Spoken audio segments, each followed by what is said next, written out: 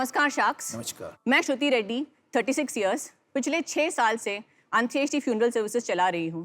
अंत्येष्टि means last rites in Sanskrit. Antyeshti Funeral Services is a one-stop solution for all post-death related rites like freezer box, hearse vans, जिसमें body को हम लोग घर से cremation घाट तक लेके जाते हैं, सामग्री, फ्यूनरल पंडित्स एंड अस्थि विसर्जन, पितृ कार्यास, हम लोग सब कुछ फ्यूनरल सर्विसेज का हम लोग कराते हैं। पिछले 6 साल में हम लोगों ने करीबन 5000 प्लस फ्यूनरल्स कराया है। We are right now present in 25 cities and across 7 different countries. मैं श्रुति रेड्डी 36 इयर्स पिछले 6 साल से अंत्येष्टि फ्यूनरल सर्विसेज चला रही हूँ। मैं शार्क से 50 लाख मांग रही हूँ for 2.5% stake in my company. जैसे ब्रांड जेरोक्स सिनोनिमस है फोटोकॉपिंग से, मेरी इच्छा ये है कि मृत्यु, मोक्ष और मुक्ति से समानार्थक बने अंत्येष्टि। Thank you sharks. तो श्रुति, शार्क टैंक पे आपका स्वागत है। Thank you ma'am. Revenue model मुझे ठीक से समझ में नहीं आ रहा है। Right now we are working purely on aggregation model. Okay.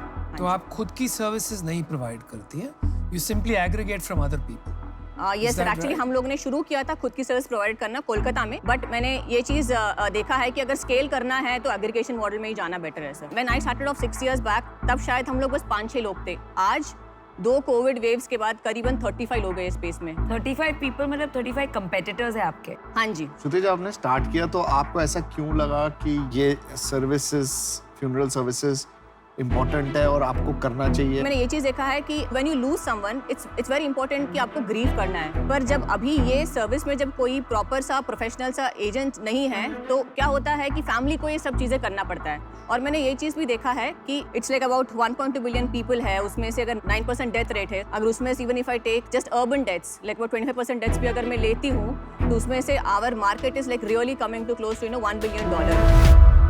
श्रुति, आपकी रेवेन्यू क्या है? तो हमारी लास्ट ईयर की रेवेन्यू रही है 1.16 करोड़ सर। उससे पहले तो जब हम लोग स्टार्ट किए हैं it was about 12 lakhs, then went to 22.5 lakhs, फिर वहां से गई थी 55, 65 and then to 1.16 sir. This and year?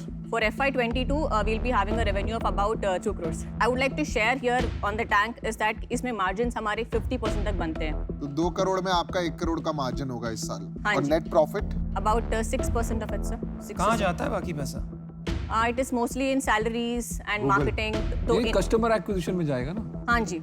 इस बिजनेस में प्रॉब्लम यही है ना, आपने किसी को सर्विस प्रोवाइड करी तो आप उसको ये भी नहीं बोल सकते यार कोई और मर जाए तो बताना। रेफरल तो नहीं कर सकते ना भाई, रेफरल कर देना अगली बारी, या आप रिश्तेदार में या मेरे पे रिव्यू छोड़ देना, तो ये तो हो नहीं सकता। सर यहाँ पे मैं आपको एक चीज बताती हूँ कि in fact there is something common that my startup and Anupam sir शादी.com स्टार्टअप आल्सो शेयर्स कि हम दोनों की बिजनेस में life time value customers literally 0। So we can't really referral है।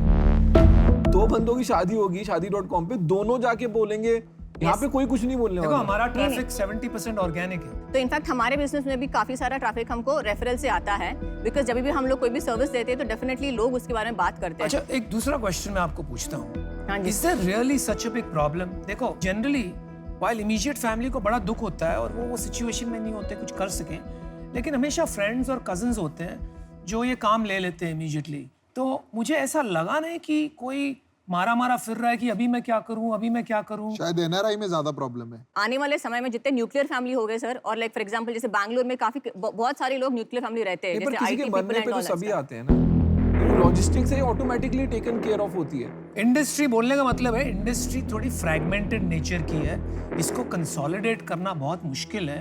आई थिंक ये कहना चाह रहे हैं आप एनआरआई के लिए नीश बिजनेस बना सकते हैं, वहाँ पे आप काफी प्रॉफिट भी कमा सकते हैं, लेकिन इन्वेस्टर के नजरिए से थोड़ा मुश्किल दिख रहा है।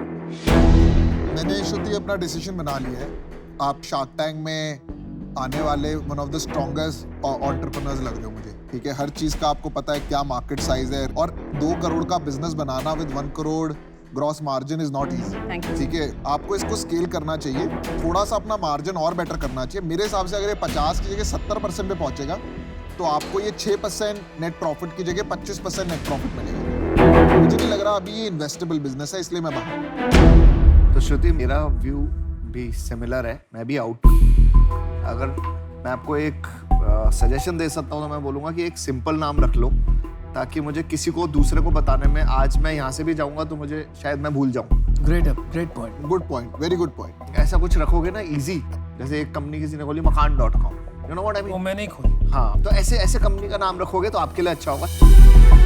मेरा मानना ये है कि आप एक ऐसे प्रॉब्लम को सॉल्व कर रही हो जो प्रॉब्लम ही नहीं है।